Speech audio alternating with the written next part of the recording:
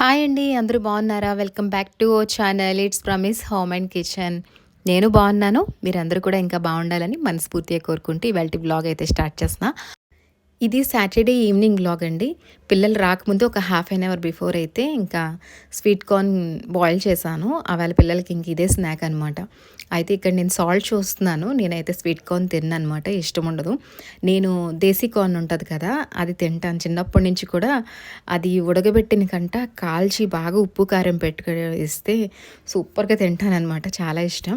And ఇంకా పిల్లలకైతే snack అది ఇచ్చాను. ఇక తర్వాత మొన్న కిచెన్ క్లీనింగ్ చేసినప్పుడు కొద్దిగా నట్స్ అవి తీసేసి ఎండబెట్టాననమాట. సో, ఇంకా నట్స్ అవి తీసి మళ్ళీ కూడా నేను రీఫిల్ చేసేసుకుంటున్నాను.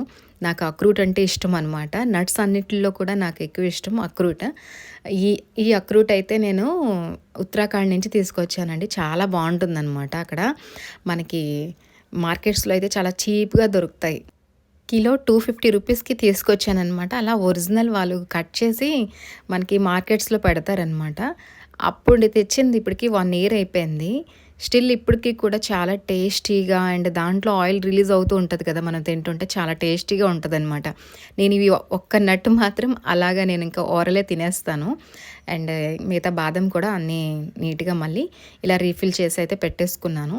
మనం ఇలాంటి నట్స్ కానీ లేకపోతే ఏవైనా కొన్ని లాంగ్ లాస్టింగ్ ఉంచాలి అనుకునేవన్నీ కూడా ఇలా ఎయిర్ టైట్ కంటైనర్స్‌లో పెట్టుకుంటే చాలా రోజు మనం స్టోర్ చేసుకోవచ్చు. అండ్ ఇక్కడైతే రైస్ కుక్ చేస్తున్నాను. ఫస్ట్ రైస్ పెట్టేస్తే ఇక తర్వాత నేను వెజిటబుల్స్ అవి కట్ చేసుకొని ఇంకా కర్రీ అయితే ప్రిపేర్ చేస్తాను. అండ్ ఈవినింగ్ ఏంటంటే పాలు వస్తాయన్నమాట. ఆవు పాలు తీసుకుంటా. అండ్ పాలు కూడా మరగబెట్టేసుకుంటున్నాను. ఇంక ఇక్కడ ఇవాళ ఏంటంటే వంకాయ అండ్ కిడ్నీ బీన్స్ ఉంటాయి కదా వైట్వి.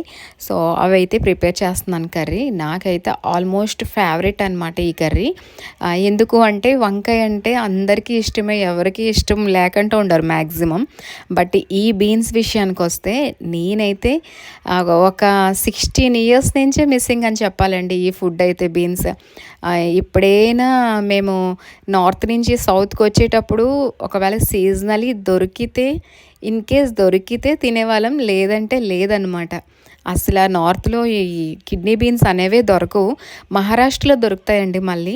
ఇంకెక్కడ కూడా ఈ నార్త్‌లో ఈ పంజాబ్ అండ్ ఉత్తరాఖండ్ ఇటువైపు వెళ్ళిపోతే మనకి ఈ కిడ్నీ బీన్సే దొరకవనమాట. సో, నాకు ఎంత అంటే అంత ఇష్టం చిన్నప్పటి నుంచి. ఇంక ఇయర్ అయితే ఇక్కడే ఉన్నాం కదా! సో, నాకెప్పుడు కనిపిస్తే మార్కెట్‌లో అప్పుడైతే తీసుకొనొచ్చి అయితే వండుకుంటున్నాను. బట్ పిల్లలైతే అంత ఎక్కువ తినరనమాట. అండ్ పిల్లలైతే అసల ఏమి కూడా పెద్దగా తినరు. బట్ ఇప్పుడు అన్నీ కూడా కొద్ది కొద్దిగా అలవాటు చేస్తున్నాను. ఎందుకు అంటే వాళ్ళు ఒకసారి 2 సార్లు తినడం మానేసినా మనం అలా లంచ్ బాక్సెస్‌లో ప్రిపేర్ చేసి పెట్టామనుకోండి, ఇంకా ఒకరోజు కాకపోతే ఒకరోజైనా తినేసి వస్తారు. వాళ్ళకి కూడా అలవాటు అవుతుంది ఫుడ్ అనేసనమాట. ఎందుకంటే క్యారియర్స్ పంపించామనుకోండి అక్కడ అందరూ కూడా షేరింగ్ చేసుకుంటారు.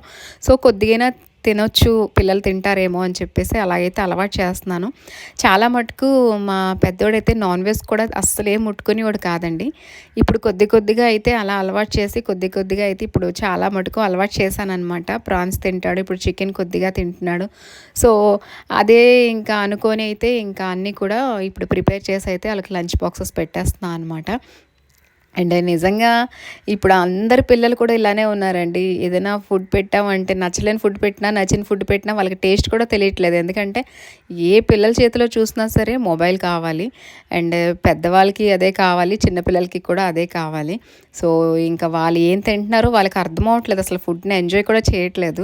అదే మా టైంలో అయితే చాలా బాగా ఎంజాయ్ చేసుకొని తినేవాళ్ళమండి ఫుడ్‌ని అందరం కలిపి కూర్చొని. స్కూల్ నుంచి వచ్చిన వెంటనే ఫస్ట్ స్నాక్ కూడా ఏమి ఉండేది కాదు. ఆకలేస్తుందంటే చాలు ఈవినింగ్ స్కూల్ నుంచి వచ్చాక 5:00కి మేము ఈవినింగ్ ఏంటంటే మధ్యాహ్నం ఏదైతే లంచ్ ప్రిపేర్ చేసి ఉంచేదో మా అమ్మ అదే డిన్నర్‌కి కూడా అనమాట. ఆ టైంలో కర్రీస్ కూడా అంత పెద్ద పెద్దగా ఏమి ఇంట్లో ఉండేవారు కాదు. ఒక సాంబార్ పెడితే సాంబార్, లేదంటే ఏదైనా ఒక కర్రీ అయితే కర్రీ అనమాట. అంటే కలిపి వండేవారనమాట. ఇగురు కూరలు అంటారు కదా! గ్రేవీ కర్రీస్ అన్నీ కూడా. బట్ అప్పుడున్న టేస్ట్ ఇప్పుడు ఫుడ్‌కి అయితే లేదనమాట. ఎందుకంటే అప్పుడు అన్నీ కూడా సీజనలీ దొరికేవి మనకి. ఇప్పుడు ఆల్మోస్ట్ 365 డేస్ కూడా మనకి ఏం కావాలంటే అన్ని రకాల వెజిటబుల్స్ కూడా దొరికేస్తున్నాయి. సో, ఇప్పుడు అంత దేనికోసం కూడా ఇబ్బంది పడవసరం లేదు. అండ్ అప్పుడు ఉన్న ఫుడ్‌కి, ఇప్పుడున్న ఫుడ్‌కి చాలా డిఫరెన్స్. అండ్ అప్పుడేంటంటే బయటికి వెళ్ళి తినాలి, ఇది తినాలి, అది తినాలి అని ఈ స్ట్రీట్ ఫుడ్స్ కూడా అంత ఎక్కువ ఉండేవి కాదు. మేబీ ఉండొచ్చేమో, మేమైతే ఎప్పుడు తినలేదన్నమాట. సో, ఇప్పుడు ఏంటంటే అప్పుడు మేము తినలేనివన్నీ అని చెప్పేసి ఇప్పుడు పిల్లలకి అన్నీ మనమే నేర్పిస్తున్నాము ఫస్ట్. ఎందుకంటే ఇప్పుడు అంత లేజీనెస్ వచ్చేసిందనమాట. మనకు కూడా బయటికి తీసుకెళ్తే ఈవినింగ్ బయటికెళ్తే రెస్టారెంట్‌లో ఫుడ్ తినిపించడం, లేదంటే ఎక్కడైనా లాంగ్ జర్నీస్ అయితే ఈ ఫుడ్ ప్రిపేర్ చేయకుండా బయట ఫుడ్ పెట్టడం. సో, వాళ్ళ మన చైల్డ్‌హుడ్ ఎలా ఉంది, వీళ్ళ చైల్డ్‌హుడ్ ఎలా ఉందని చూసుకుంటే చాలా డిఫరెన్స్ ఉంటదనమాట. నేనైతే మా పిల్లలకి చెప్తూ ఉంటాను, మేమప్పుడు ఇలా ఉండేవాళ్ళం, మీరిప్పుడు ఇలా ఉంటున్నారని. బట్ వాళ్ళకి ఇంకా ఎన్ని చెప్పినా సరే ఇంకా మనం ఒక్కసారి అలవాటు చేసేసామంటే ఇంకా పిల్లలు అదే వేలో వెళ్తారనమాట. నాకు ఒక్కొక్కసారి అనిపిస్తది, చాలా రియలైజ్ అవుతూ ఉంటాననమాట.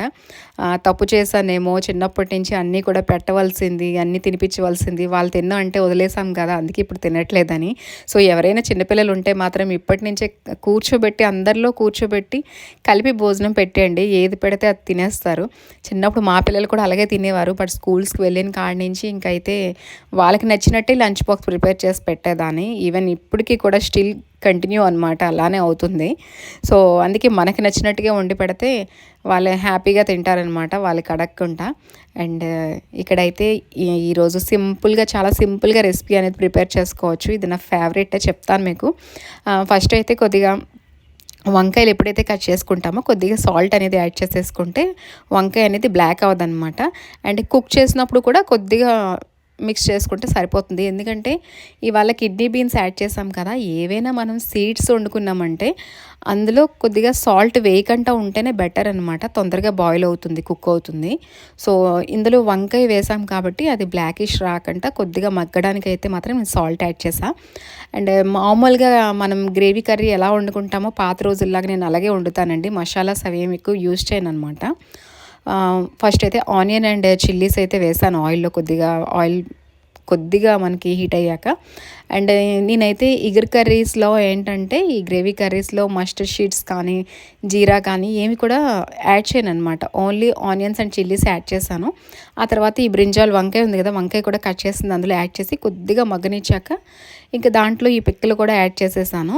యాడ్ చేసేసి సాల్ట్ కొద్దిగా వేసాను, చెప్పాను కదా, సాల్ట్ అండ్ కొద్దిగా కొరియాండర్ అండ్ మనకి పౌడర్స్ మనం ఇంట్లో ఏమేమి వేసుకుంటాం, పసుపు, కారం, ఇవి అన్నీ వేసేసి కొద్దిగా టమాటా కూడా వేసేసి మగ్గాక అండ్ వాటర్ యాడ్ చేసేసుకొని దానికి బాయిల్ అయిపోయాక ఇంకా మనకి ఈ కిడ్నీ బీన్స్ ఎప్పుడైతే బాయిల్ అయిపోతుందో అప్పుడు కుక్ అయిపోయినట్టే అనమాట. ఇంకా కర్రీ చాలా సింపుల్గా, కొత్తిమీర ఉంటే ఇంకా బాగుంటుంది. నేనైతే కరివేపాకు వేసాను. ఇంకా అది ఉడికే లోపల నాకు మర్నాడు సండే అనమాట, పూజ ఉంది, రామదేవుని పూజ ఉంది. సో, దానికోసం అయితే కొన్ని ప్రిపరేషన్స్ అయితే చేసుకోవాలి కాబట్టి అవన్నీ చేసుకుంటున్నాను. అండ్ దేవుడికి ఫ్లవర్స్ అవి స్టోర్ చేస్తాను కదండి. సో, ఇక ఈ కంటైనర్స్ అవి ఫ్రిడ్జ్ కంటైనర్స్ ఉంటాయి కదా, బాక్సెస్, అవన్నీ కూడా నీట్గా వాష్ చేసి పెట్టేసుకుంటున్నాను. వీక్లీ వన్స్ ఇలా వాష్ చేసి పెట్టేసుకుంటే ఇంకా ఫ్లవర్స్ అనేవి ఎప్పుడు కూడా డ్రైగా ఉంటాయి అనమాట. అండ్ హోల్ నైట్ ఇలా ఉంచేస్తాం కదా, ఇంకా మర్నాడు మళ్ళీ నేను స్టోర్ చేసుకుంటాను. అండ్ దీపారాధనకి కావాల్సినవన్నీ, రేపు పూజ ఉంది కదా మార్నింగ్, ఇప్పుడు మార్నింగ్ మనం దీపారాధన చేసి ఇంక ఈవినింగ్ అయిపోతుంది కదా, అన్నీ కూడా తీసేసి మళ్ళీ నీట్గా అయితే ఒకసారి క్లీన్ చేసేసి పెట్టేసుకుంటే నాకు మార్నింగ్ దీపారాధనకి తొందరగా పని అనేది అయిపోతుందనమాట. సో, ఇలా అయితే నేను పూజలు ఏవైనా ఉంటే మాత్రం బిఫోర్ డే చేసేసుకుంటాను. లేదు అనుకుంటే, ఎందుకంటే పూజలు ఏమైనా ఉంటే కొద్దిగా దీపాలు అనేవి ఎక్కువ పెడతాం కదా మనం. అదే డైలీ పూజ అనుకోండి, మనకి ఒక 4 దియాస్ ఉంటే సరిపోతాయి. బట్ అప్పుడైతే సెట్స్ ఉన్నాయన్నమాట, నాకు ఆల్టర్నేట్గా యూజ్ చేస్తాను. కానీ ఇలాంటి పూజల టైంలో ఏంటంటే మనం పీఠం దగ్గర కూడా పెట్టుకోవాలి, లోపల కూడా పెట్టుకోవాలి కాబట్టి ఇంకా అన్నీ కూడా మన ఇంట్లో ఏమేమి ఉన్నాయో హోల్ నా దగ్గర అంటే 4 సెట్స్ ఉన్నాయి. ఆ 4 సెట్స్ కూడా నీట్గా క్లీన్ చేసి పెట్టేసుకుంటా అనమాట. సో, ఇంకా చూసారు కదా, అక్కడ కర్రీ అయ్యే లోపల నాకు ఇక్కడ క్లీనింగ్స్ కూడా అయిపోయాయి. అండ్ కర్రీ కూడా చాలా బాగా ఉడికిపోయిందనమాట. అండ్ ఇక్కడ లాస్ట్ కొద్దిగా ధనియా అనేది వేసేసి ఇంకా స్టవ్ అయితే ఆఫ్ చేసేసాను. పాలు కూడా బాగా మరిగిపోయాయి. అండ్ కొద్దిగా అయితే ఈ పాలల్లో నేను పెరుగు వేసాను అనమాట, మజ్జిగ చేసుకుందామని. అండ్ ఇక్కడైతే ఇంకా పని అయిపోయింది. ఇంకా పిల్లలకైతే చిన్నోడు ట్యూషన్కి వెళ్తాడు. సో, ట్యూషన్కి వెళ్ళి వచ్చాక ఇంకా మేము డిన్నర్ కూడా కంప్లీట్ చేసేసి ఇంకా తర్వాత ఇంకా కిచెన్ అనేది క్లీన్ చేసేసుకోవాలన్నమాట. ఇలా నేను నైట్ కొన్ని పనులు చేసుకుంటాను కాబట్టి నాకు మార్నింగ్ వర్క్ అనేది అంత హెవీగా అనిపించదు ఎప్పుడు కూడా. పూజ ఉన్నా లేకపోయినా కిచెన్ అండ్ ఈ వెజల్స్ వాషింగ్ మాత్రం డైలీ ఉండే వర్క్ అనమాట. ఇది డైలీ రొటీన్ అని చెప్పాలి. సో ఇలాగ మనం చేసుకుంటే కొన్ని కొన్ని పనులు మార్నింగ్ ఈవెన్ లేట్గా లేచినా సరే మనం ఈజీగా వర్క్ అనేది చేసుకోవచ్చు అనమాట. టైం మేనేజ్ చేసుకోవచ్చు. సో నైట్ టైమే ఇవన్నీ చేసుకుంటాను అనమాట. అండ్ చూసారు కదా, అన్నీ అయిపోయాక ఇంకా షింక్ కూడా మొత్తం నీట్గా క్లీన్ చేసేసుకుంటున్నాను. ఆ తర్వాత ఇంకా వెజల్స్ అన్నీ కూడా తీసి బయట అయితే వేసేసాను అనమాట. డిన్నర్ అయిపోయాక డిన్నర్ అయిపోయాక వెజల్స్ అన్నీ వాష్ చేసి వచ్చాక లాస్ట్ నిద్రపోయే ముందు అయితే ఇక్కడ నేను స్టవ్ క్లీన్ చేసుకుంటున్నాను. ఎందుకు అంత టైం తీసుకున్నానంటే ఇది గ్లాస్ టాప్ కదండి. సో కొద్దిగా స్టవ్ ఎప్పుడైనా సరే చల్లగా అయ్యాకే మనం క్లీన్ చేసుకోవాలన్నమాట. వాటర్ అది పడింటే కొద్దిగా మనకి బ్రేకేజ్ అయ్యే ఛాన్సెస్ ఉంటుందన్నమాట. అండ్ ఇక్కడ ఏంటంటే ఈవేళ ఎక్కువ ఆయిల్ బాగా మార్క్స్ పట్టేశాయన్నమాట. సో మనం ఈజీగా క్లీన్ చేసుకోవాలంటే ఒక టిష్యూ పట్టుకొని ఆయిల్ మొత్తం అంతా రిమూవ్ చేసేసుకోవచ్చు. అప్పుడైతే మనకి ఈజీగా మనం క్లీన్ చేసుకోవడం అవుతుంది అనమాట. ఇక మనం ఏదైనా సరే ఒక డిష్ వాషర్ కానీ లేదంటే ఏదైనా లిక్విడ్ పెట్టి కానీ నీట్గా అయితే క్లీన్ చేసేసుకోవచ్చు. నేనైతే ఇక్కడ షాంపూ యూస్ చేస్తాను క్లీనింగ్ కోసం. ఎందుకంటే ఈ గ్రానైట్కి అన్నిటికంటే మంచిగా యూజ్ అవుతుంది షాంపూ అనమాట. కొద్దిగా షాంపూ తీసుకొని దాంట్లో కొద్దిగా వాటర్ మిక్స్ చేసుకొని నేనైతే ఫిలప్ చేసి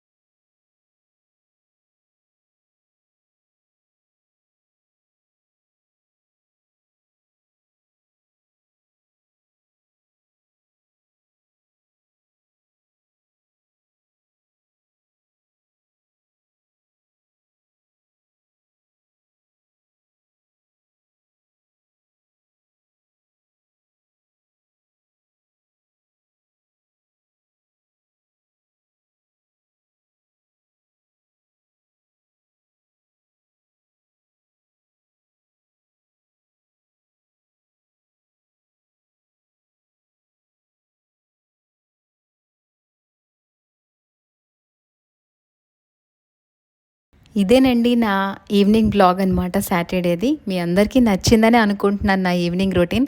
నచ్చితే మర్చిపోకుండా ఒక లైక్ ఇవ్వండి. అండ్ కొత్త వాళ్ళైతే చూసిన వెంటనే సబ్స్క్రైబ్ చేసుకొని ఒక లైక్ ఇవ్వడం మర్చిపోకండి. మీరు ఇచ్చిన 1 లైక్ నాకు చాలా మోటివేషన్ ఇంకా సపోర్టివ్గా ఉంటుంది. అండ్ 1 వ్యూ ఇస్తే మన ఛానల్ ఇంకొద్దిగా ప్రమోట్ అయ్యేందుకు ఛాన్సెస్ ఉంటుంది.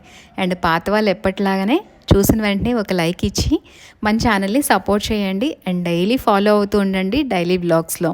అండ్ డైలీ నేనైతే మన ఛానల్లో డైలీ బ్లాగ్స్ పోస్ట్ చేస్తూ ఉంటానండి. అండ్ మన ఛానల్లో ఇంకా మంచి మంచి పూజ బ్లాగ్స్ ఉన్నాయి, ట్రావెలింగ్ బ్లాగ్స్ ఉన్నాయి, ఇక హోమ్ క్లీనింగ్ బ్లాగ్స్ ఉన్నాయి, కిచెన్ క్లీనింగ్ బ్లాగ్స్ ఉన్నాయి, అండ్ ఫ్యామిలీ బ్లాగ్స్ ఉన్నాయి. వాచ్ చేయండి. అండ్ వాచ్ చేశాక కంటెంట్ బాగుంది అనుకుంటే మీ ఫ్యామిలీ ఫ్రెండ్స్తో కూడా షేర్ చేయండి. అండ్ మన ఛానల్ని ఎక్కువ వాచ్ చేస్తున్న వాళ్ళంతా కూడా నాన్ సబ్స్క్రైబర్సేనండి. సో చూసిన వెంటనే మర్చిపోకుండా సబ్స్క్రైబ్ చేసుకొని ఒక లైక్ అయితే ఇవ్వండి. అండ్ మన ఛానల్ని సపోర్ట్ చేయండి. అండ్ ఇవాల్టి బ్లాగ్ మీకు నచ్చిందని అనుకుంటూ మనస్ఫూర్తిగా మళ్ళీ ఒక మంచి బ్లాగ్తో అయితే మళ్ళీ మిమ్మల్ని మీట్ అవుతా. అంతవరకు థ్యాంక్స్ ఫర్ వాచింగ్ ఎవ్రీబడి.